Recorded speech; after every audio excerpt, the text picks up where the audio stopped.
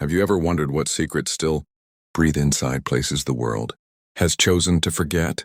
Tonight, we return to a building that should have stayed silent, Blackwood Asylum. A name the locals lower their voices to say, a place the maps still show, but no one visits after dark. They say the forest keeps it hidden on purpose, the trees leaning inward as if trying to close a wound. Stand at the rusted gate long enough and the wind collects inside the corridors, carrying back footsteps that aren't there.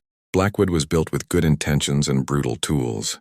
Early 1900s, medicine wore white coats and cold, metal ice baths, shock machines, isolation rooms with doors too thick for prayers. Families surrendered loved ones with trembling signatures. The ledger filled with names that never left. They called it treatment. They called it progress. But the walls learned a different vocabulary: begging, nails on paint, whispers traded through vents like contraband hope. By day, the staff stitched order over chaos. By night, something unraveled. Keys went missing. Laughing turned to sobbing. Somewhere beneath the floors, the pipes began to hum, like a song only the sleepless could hear. Not every file had a photograph. Not every bed had a name. Transferred, the notes would say. Relocated, released. Tidy words for disappearances that left chairs permanently pulled back, as if their occupants might return mid-sentence. Winter 1967. Snow pressed the building into the earth. The power surrendered with a groan that shook the glass. The generator coughed, tried, failed. Blackwood went blind. Imagine 12 hours of darkness in a place designed to control fear. 12 hours where the only light was the thin, wandering beam of a nurse's flashlight. Down the halls, shoes slid across linoleum that felt suddenly like the skin of a living thing. Every sound grew teeth. Every shadow learned to stand. When the lights finally stumbled back to life, order was a corpse dressed in a uniform. Doors hung crooked. The infirmary was missing bandages and a patient. Or two, or more depending on which report survived the redactions. Management wrote the word riot. It looked official in stamped black ink. But the night staff would not say riot. They said the locks were intact from the outside. They said the screaming seemed to come from the same mouth down every hallway. They said they counted the beds and the numbers kept changing. By spring, the funding vanished, the doors were sealed, and the forest took a step closer. Windows learned to weep rust. The roof forgot its own shape. Blackwood lay down like a tired animal and pretended to sleep. But the town didn't. Truckers claimed lights, glowed in upper windows along the ridge road. Hikers found footprints that started in fresh snow and ended in nothing. Teenagers dared each other to touch the gate after midnight and swore the iron thrummed with something that wasn't electricity. Listen and do not answer if the dark.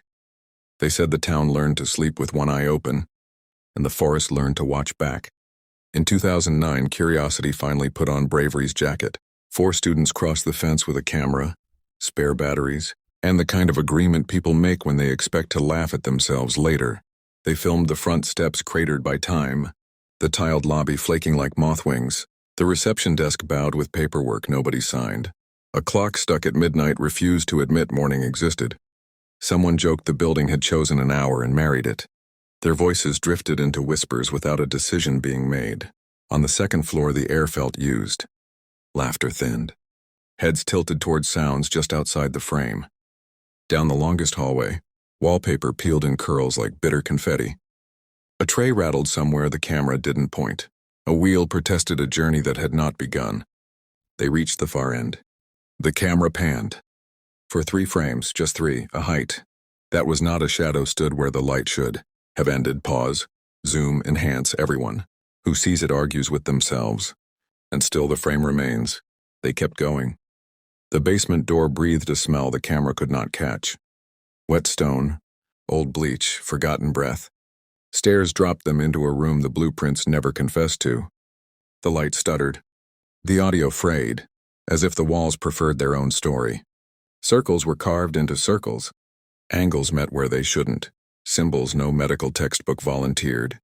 Candle rings burned into the floor made tiny planets, around a table that should have been a bed. Leather straps crackled when touched. Someone said they smelled copper. No one explained copper out loud. Silence pressed in, a thick kind. The kind that makes your ears realize how hard they've been working. Did you hear that? One asked. The microphone tried to breathe and failed. A flashlight skimmed a corner and stopped. There, where paint turned to a deeper black, something stood the color of forgetting. Not quite a figure, not quite a hole. Its mouth opened into a shape every human recognizes, and the speakers delivered nothing. The video jumps, daylight, they are outside again. The fence looks relieved to have them on the correct side. One holds the camera like an apology. Another stares at trees that will not stop looking back. They upload fragments. Then silence grows on top of the story like moss. Rumors take the rest of the work. A runner says a third-floor window glowed in a building with no electricity. A guard says he counted 32 panes at dusk and 33 at dawn. A child waved at a high window and a hand waved back. Neither friendly nor unkind, only tired. Since the students, the fence speaks more clearly. You can come this far, it says. Beyond me is a grammar the world does not use. But the fence has holes. Bravery and foolishness share. Bolt cutters and a playlist that always cuts to static near the service road. Listen. After the static, the town pretended the story was over. But Blackwood had only cleared its throat. You can tell when a building is listening. Doors that fit badly decide to fit worse. And the air grows careful around words like basement and chapel. People said the fence didn't just mark a boundary, it edited sentences. Those who crossed returned with paragraphs missing. I went once at noon, the safest time a coward can choose. Birds quit 50 steps from the gate. Gravel looked normal and sounded wrong. A plywood welcome sign seemed to flinch.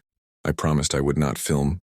Blackwood turns cameras into accomplices, so I carried a small recorder and a list of names, hoping names could find their bodies again. Inside the lobby was a museum of dust. Files lay open like mouths. A wheelchair waited with metal patients. Somewhere a hinge rehearsed a complaint. I said the first name. The air rearranged itself and considered answering. It did not. On the stairs, light arrived in thin slices. Each step negotiated. Put your weight here and I will remember you. I declined politely. The second floor smelled like rain that never came. Wallpaper lifted in curls. Something written in pencil had been erased so thoroughly the erasure became its own writing. A room of mirrors offered no reflections. Only instructions. Face forward, stay still, breathe. Quiet. I obeyed what I could. The chapel had collapsed like a kneeling thing.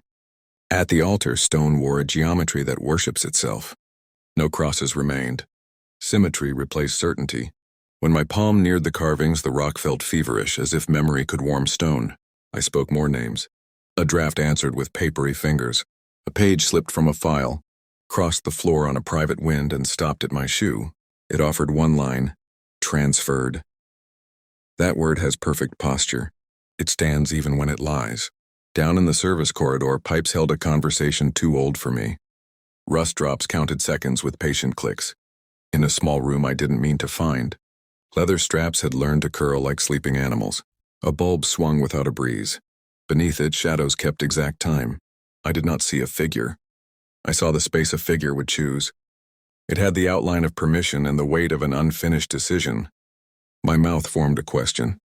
Blackwood declined it. When I turned to leave, the hall lengthened by a syllable. Distance inflated like a lung.